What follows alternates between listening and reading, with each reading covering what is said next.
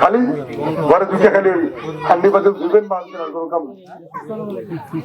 আবার যারা ঘর থেকে বের হয় তাদের বিরুদ্ধে আবার এই সমস্ত বক্তব্য দিচ্ছে, খারাপ বক্তব্য দিচ্ছে।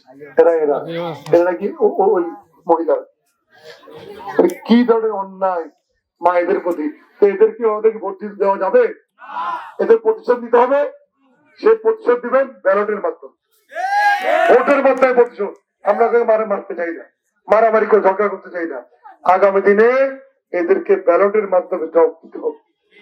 আবার দেখেন পুরুষদের বলে মহিলাদের বলে নামাজ তাদেরকে ভোট দিলেই জান্নাত কনফার্ম।